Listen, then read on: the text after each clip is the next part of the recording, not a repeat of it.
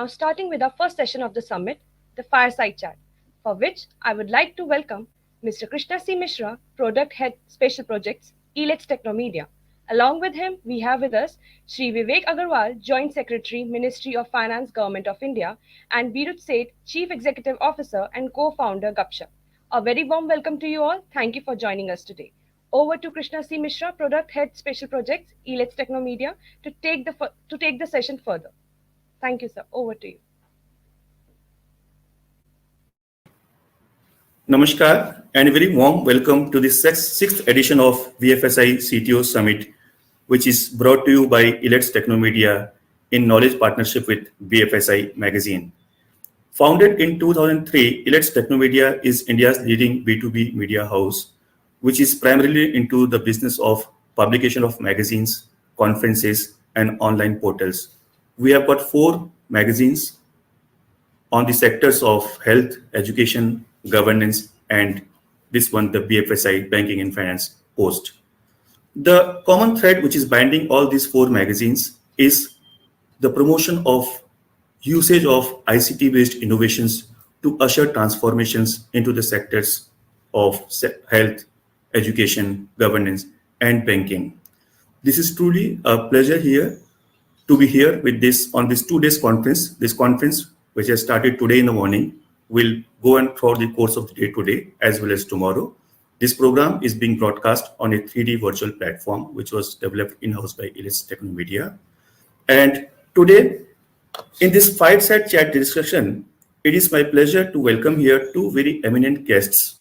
We have got a senior policymaker from the Government of India, as well as an entrepreneur based out of US. Please join me in welcoming, ladies and gentlemen, Mr. Vivek Aggarwal, Additional Secretary, Department of Revenue, Ministry of Finance in the Government of India. Mr. Vivek Aggarwal is an Indian Administrative Service Officer of 1994 batch of Madhya Pradesh cadre. He has over 25 years of experience in various fields, both at the center as well as at the state. At the state level, he had served as Managing Director of Madhya Pradesh Metro Rail Corporation, Mission Director at Smart Cities, Principal Secretary in the Urban Development Department of Madhya Pradesh Government, Managing Director of Madhya Pradesh Road Development Corporation, and Principal Secretary to Madhya Pradesh Chief Minister.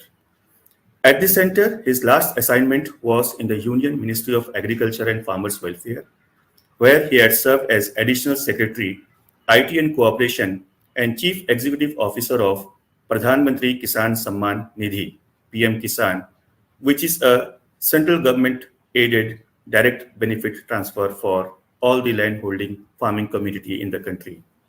Mr. Vivek Aggarwal holds a bachelor's degree in commerce as well as LLB from Punjab University in Chandigarh.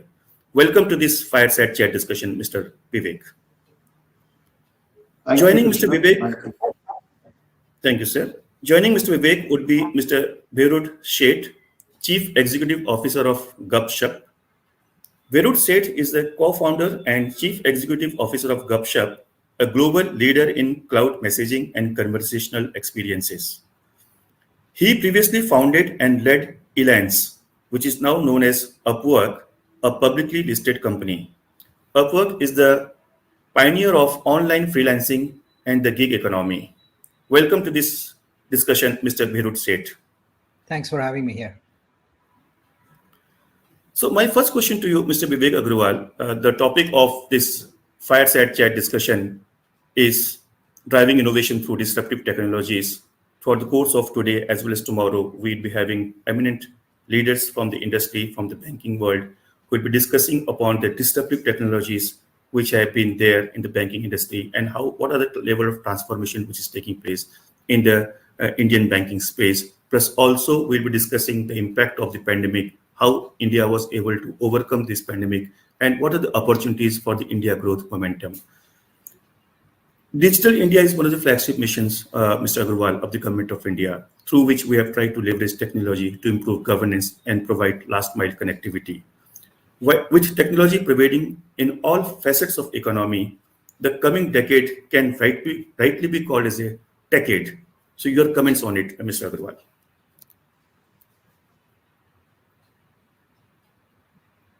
So you're absolutely right. I mean, the The way India has positioned itself and the way world recognizes India as a leader in management of COVID, in bringing new innovations, having a startup ecosystem, which is one of the best in the world now. The disruptive technology that is making an impact on Indian economy and bringing Indian entrepreneurs out is a prime mover now for Indian economy. And if you see, in fact, in the beginning, when the tech age came, it touched the middle classes and the upper classes of India. But after the digital mission was launched, Digital India mission was launched, we started with the Jan accounts. So the financial literacy went up to the grassroots level. So crores, millions of new accounts of people living in rural areas were opened, and they were linked into the banking system, and that gave them access to the entire fintech. The development of mobile technology and availability of input at the grassroots level, technology has been able to provide huge amount of services to people living in remote parts of the country. One example is the direct benefit transfer that brought sea change in how government would take benefit to common people of India and how the benefit reached the right person. So that happened. We had large programs of direct cash transfers, direct benefit transfers for beneficiaries in living in the remotest part of the country. Then the fintech as an industry has grown in a big way. We have been able to establish an international finance center as a gift city in Gujarat. So many initiatives have been taken. The digital payment mechanism has matured in India.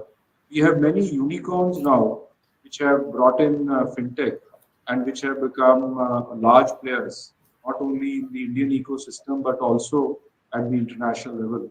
So India is now a major player which is driving innovation, which is driving fintech, and which has opened up opportunities for Indian as well as foreign investors to come and invest in the country. Mr. Seth, Mr. Aggarwal was mentioning about the various technological innovations or technology-oriented initiatives which Government of India has implemented or is in the process of implementation. He mentioned about Jan accounts, direct benefit transfer, the emerging or the mushrooming of fintechs, and the role the fintechs are going to play in the new banking. Here, if I talk of the public-private partnership, Mr. Berut Sheth, how would you like to add or augment to what Mr. Vivek Aggarwal just mentioned No, I think from the industry point of view? certainly from the industry point of view, I would echo the comments of Mr. Aggarwal. I think the government has done an amazing job in many different levels. One great example is just the rise of UPI, right, which is the perfect example of public-private partnership.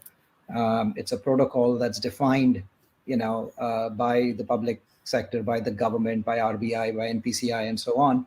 And then private sector has taken onto it by creating these apps and wallets, which drives the usability of it. And as you know, the numbers are skyrocketing. It is easily one of the best fintech successes worldwide, right? Not just a company, but just the whole digital payments ecosystem has just taken off in a really, really good way. So that's quite amazing. And then even beyond that, there's things around bill payment, there's things around commerce that are emerging, and long before this Aadhaar and plenty of other things, right? And policies and so on. So it's really exciting to see that. And in fact, we provide, at Gupshup itself, we are one of the unicorns that has benefited from the growth of India and from these supportive policies as well. So it's really exciting. And, we raised a big round of funding about a year ago. And at the same time, there were another 50 to 100 unicorns that were all created around the same time. So I think there's a lot of global investor interest. We are seeing that. And a lot of these fintech companies actually use Gupshup and our conversational AI capabilities to make things easier, simpler, and better.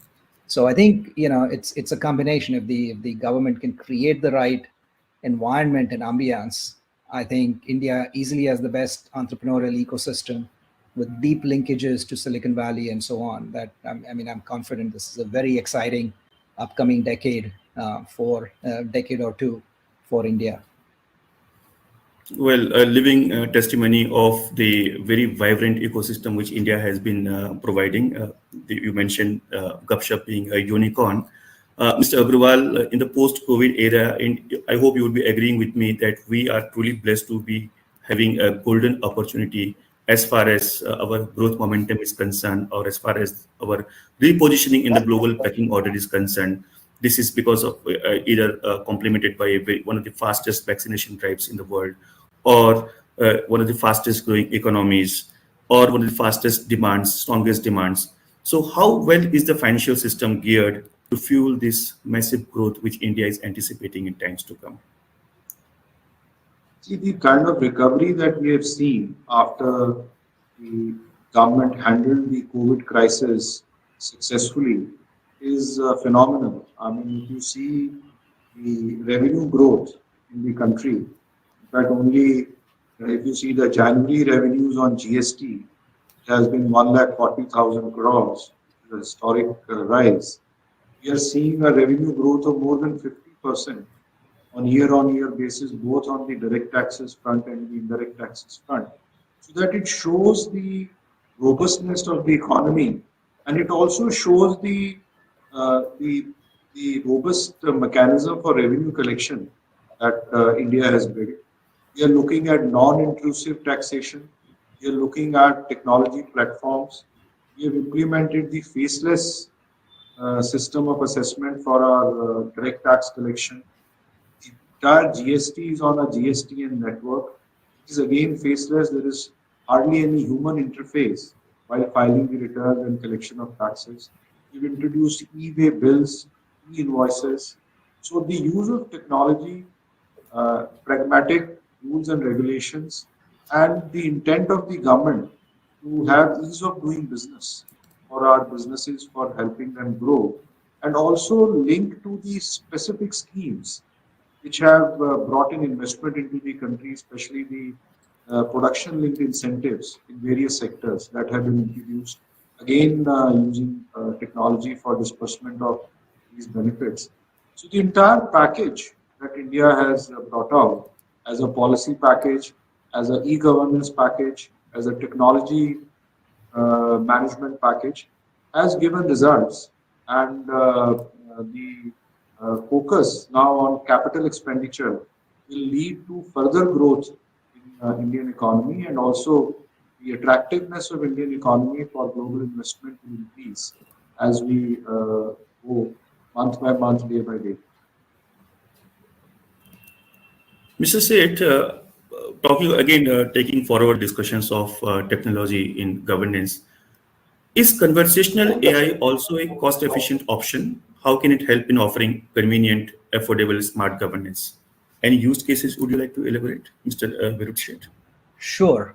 So I think when you think about technology, sort of all the technology in the world is of no use unless it has good usability, right? Meaning it is simple, easy, convenient, natural, and intuitive to use, right? And that's where sort of conversational AI comes in. It enables a consumer to chat with the business or with the government in this case, just like you're chatting with a friend, right? So it could be through WhatsApp or through SMS, just through simple messaging, right? Nothing can be easier than that.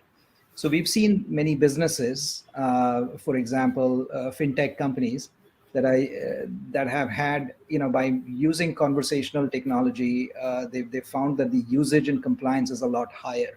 So, for example, we have some companies that do KYC processes, or, for example, their loan approval process went from 3 days to like 3 minutes, right?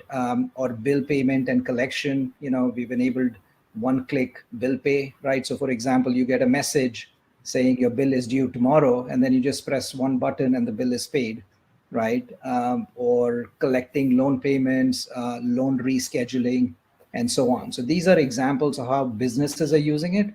But to your question, even for government purposes, right? I mean, if we think of the government as sort of arguably the largest organization with the most consumers, right? Like 1 billion plus customers. then providing citizen services in an easy and convenient way, right? So whether it's outbound communication, citizen communication, notifications, alerts, but then also allowing the citizens to interact and act on those notifications. Maybe they can submit a request, they can check status on it, they can follow, do a certain workflow, and that can cut across everything, right? Whether it's taxes and collections or new policies and updates, or files and applications and so on. And I think this, I think as the government opens up and tries to do more, like say even starting with the Prime Minister himself, who still does Man Ki Baat, he really wants to connect with every citizen as much on a one-to-one level as possible, and that's what a conversational AI technology enables, right? It enables the citizen to feel connected one-to-one with even the head of the government, or could be any department within that, depending on what they need to do at that time, right? So I think, yeah, there's a lot of possibilities and a lot of opportunities, and certainly businesses are doing it, but I think government could also benefit from leveraging that technology. Mr. Aggarwal, your biodata says that you have got 15 years of experience in executing PPP projects across the countries. As per your experience, what have been the typical challenges in the PPPs really taking off the ground? So in Some of the fact, issues and challenges which you faced. yes, in fact, the most important aspect of a public-private partnership project is the risk allocation, how you draft the document and how project is structured with proper risk allocation between the authority and the concessionaire. So if a document is well structured and the risk allocation is done properly, and whoever has been allocated a task performs the task, especially the authority performs the task assigned to it properly, then the success of the project is almost assured.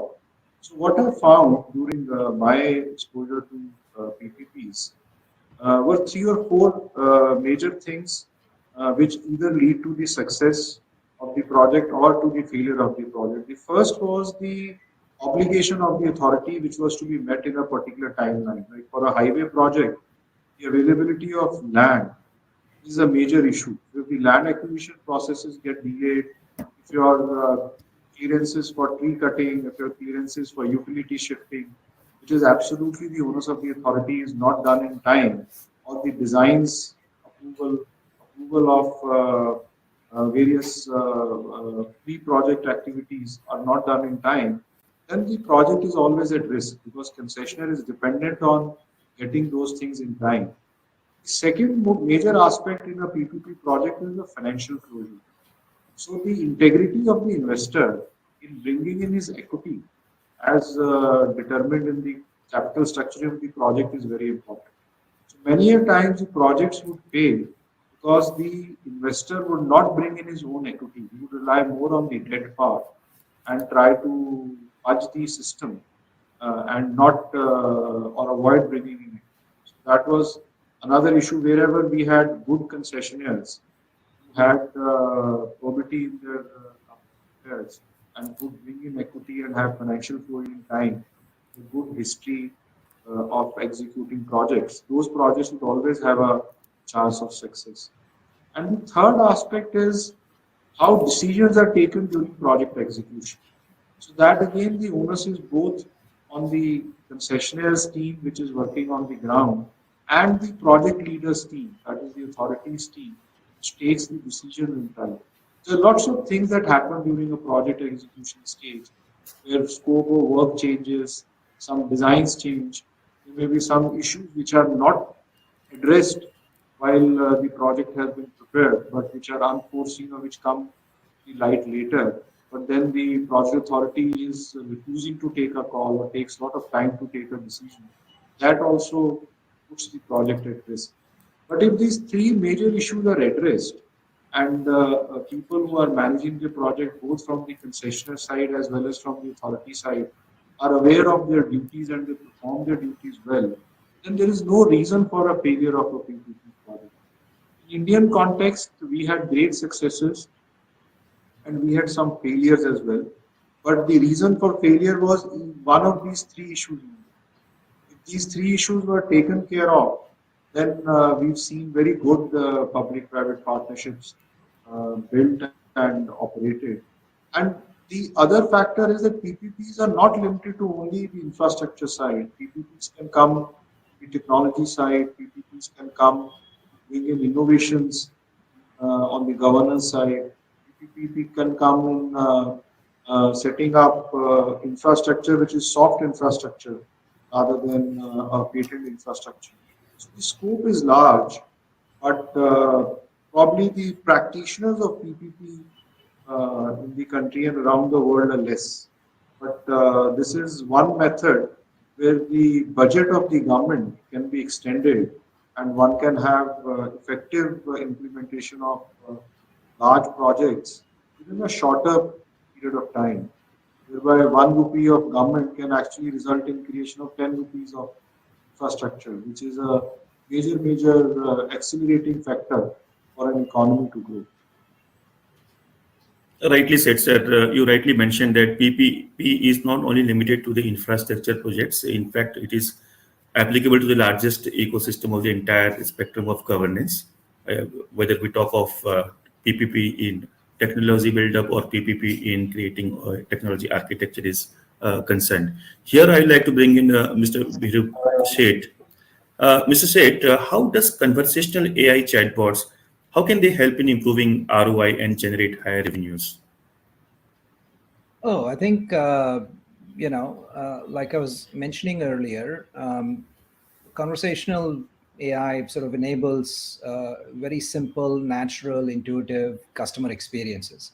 And when you do that, right, two or three things happen, right? One is consumers start to use they like the service, they find it very easy and convenient, so they use more of it, right? So firstly, that can drive up, for a business, it can drive up revenues.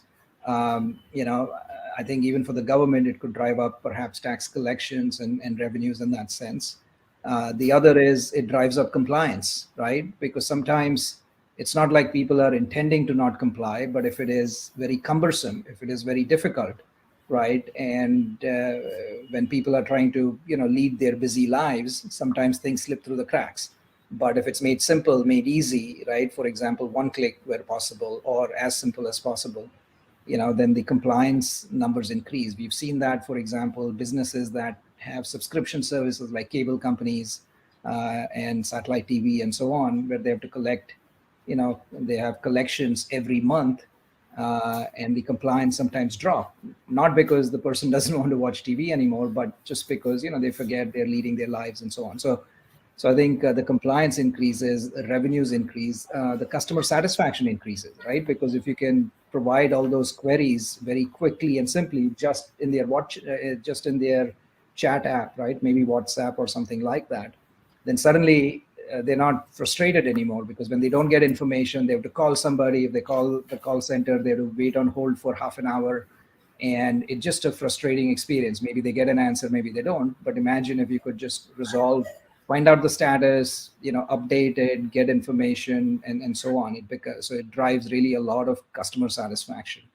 And finally, on the side of the business or the government, I think it also dramatically reduces cost, because in the old way of thinking, your choice was either you have a huge call center and high cost, right, which means it increases the price of the product, or you try to have a low product and not provide customer support, right, because that's expensive.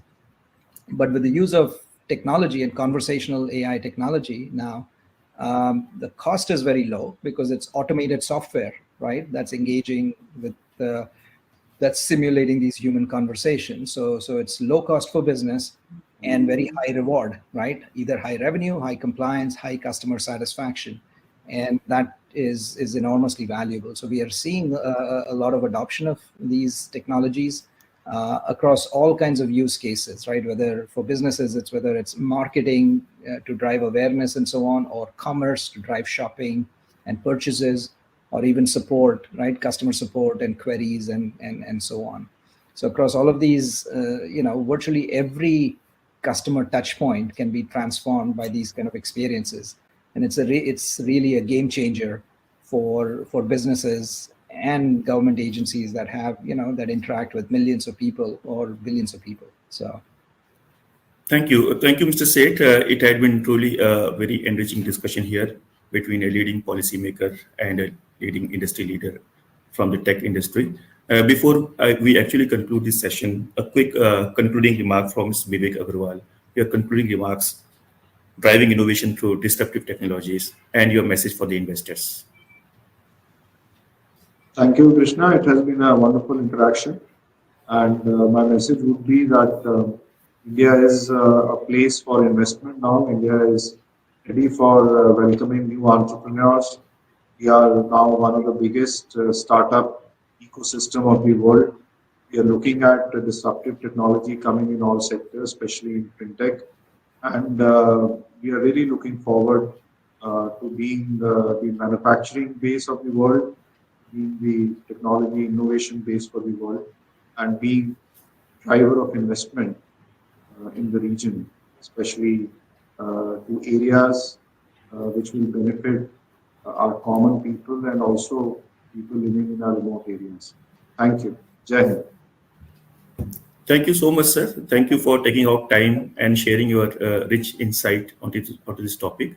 And our thanks and gratitude to the industry leader, Mr. Virud Sheth, as well, co-founder and chief executive officer of Gupshup. Ladies and gentlemen, that was a policymaker from the Government of India, Ministry of Finance, Department of Revenue, Mr. Vivek Aggarwal, Additional Secretary, who gave his rich insight on the topic, driving innovation through disruptive technologies. And in conversation with him was Mr. Virud Sheth, co-founder and CEO of Gupshup, a US-based multinational. Thank you. And before I actually conclude, my backend team, do we have the certificate?